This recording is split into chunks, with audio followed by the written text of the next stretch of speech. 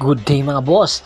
Ang San Miguel Beermen tila yata hindi pa tapos magbalasa ng kanilang roster matapos nga ang maagang pamamaalam nito sa Commissioner's Cup ay naghahanda talaga ang San Miguel Beermen na makabawi sa paparating o sa kasalukuyang Philippine Cup. Dalawa na po ang panalo ng San Miguel Beermen pero hindi pa nga sila satisfied sa panalong yon. Ayon nga sa ulat, itong si Coach Leo Austria ay target ngang kunin itong si Troy Rosario sa Barangay Ginebra, San Miguel. Ayon nga mismo kay Troy Rosario, rather kay Coach Leo Austria, hindi naman daw bagay itong si Troy Rosario sa San Miguel, rather sa Barangay Ginebra. Nakita naman natin na ang potensyal ni Troy Rosario ay hindi natin nakikita sa Barangay Ginebra, San Miguel.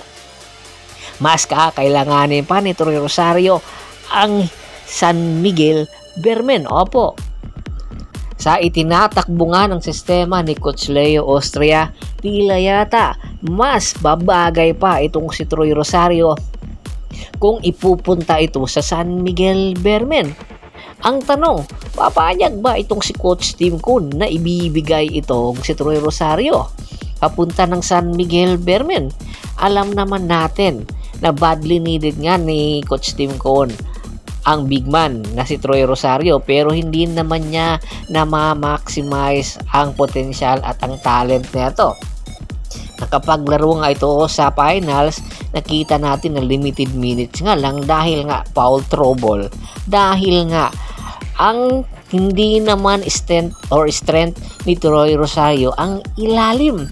Mas mabuti nandoon ito sa labas na kung saan karamihan nga sa kanyang naipupukol noong sa tropang giga pa ito doon sa corner, na kung saan pwede ngang gamitin ito ni Coach Leo Austria bilang tagapag-screen sa mga shooter, at pwede magiging go-to guy din itong si Troy Rosario sa San Miguel Beermen para makapag-complement kay Junmar Fajardo. Kung sakasakali man pakawalan ito ng Barangay Ginebra, San Miguel, si Troy Rosario, syempre hihingi talaga si Coach Tim Kun ng mga player papunta rin sa Barangay Ginebra, San Miguel. At ayon din sa balita, hindi lang si Troy Rosario ang gusto ni Coach Leo Austria. Ito ring si Joshua Monson na nasa Northport, Batanguer, type din ni Coach Leo Austria na idagdag sa lineup ng San Miguel Beermen, dahil nga itong si Joshua Monson ay two-way player. Pwedeng maging point guard at the same time defender, at pwedeng maging crunch time player. Alam natin na ang quality at kalidad nitong si Joshua Monson, kung mabibigyan ito ng pagkakataon, ay mailalabas niya ang kanyang full potential. Nakita natin ang potential nito noong naglalaro ito sa Asian Basketball League, na kung saan nag-average ka ng 30 points per game. Maaaring mailabas ito ni Coach Leo Austria, at ayon nga sa mga ulat, pakakawalan daw ng San Miguel Beermen sina Chris Ross at si Marcio Lassiter na para magpabata na ang San Miguel Beermen. Ang dalawa sa mga member ng Death 5 ay nagkakaedad na kung ikukumpara mo kay Joshua Monson at Troy Rosario. Marami pang taon na mapapakinabangan itong si Joshua Monson at Troy Rosario ng San Miguel Beermen.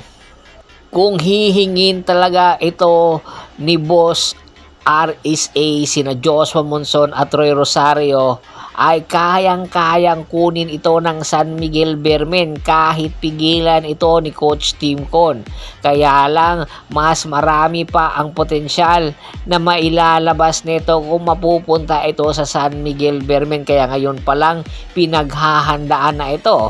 Huwag kang magulat kung ang nasabing negotiation na nagaganap ngayon sa Northport at Barangay Ginebra at ang San Miguel mangyari dahil ang San Miguel Beermen ang banner team ng SMC. Kaya di ka taka-taka na magkaka-interest talaga na palakasin ang San Miguel Beermen, lalong-lalo na target kunin ng tropang Giga ang Grand Slam, kaya magpapalalim itong San Miguel Beermen. Ano sa tingin nyo?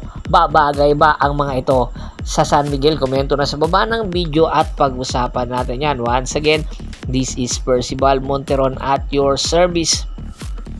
Don't forget to subscribe my sports channel at don't forget to click the notification bell button para nga maging updated palagi sa kwentuhan. At bago pa natin tapusin ang ating kwentuhan, shout out muna tayo sa ating mga solid na followers kay Criston Mariscal, Ricky Lanza ng Ricky Rider TV ng Tansa Cavite, Adrian Dulay at sa Dulay Family, at sa Kinudukusin ng Hagonoy Bulacan, Anthony Lakialon at sa Lakialon Family, syempre kay Francis Aruta at kay Francis Adrian Managbanag ng Baybay City, Leyte. Pakibisita na rin po ko ng Facebook fanpage ko na Hapris PH, Paul Goso to, Bostor at Boss Idol para po sa mga karagdagan sports balita. Hanggang sa muling kwentuhan, maraming salamat po.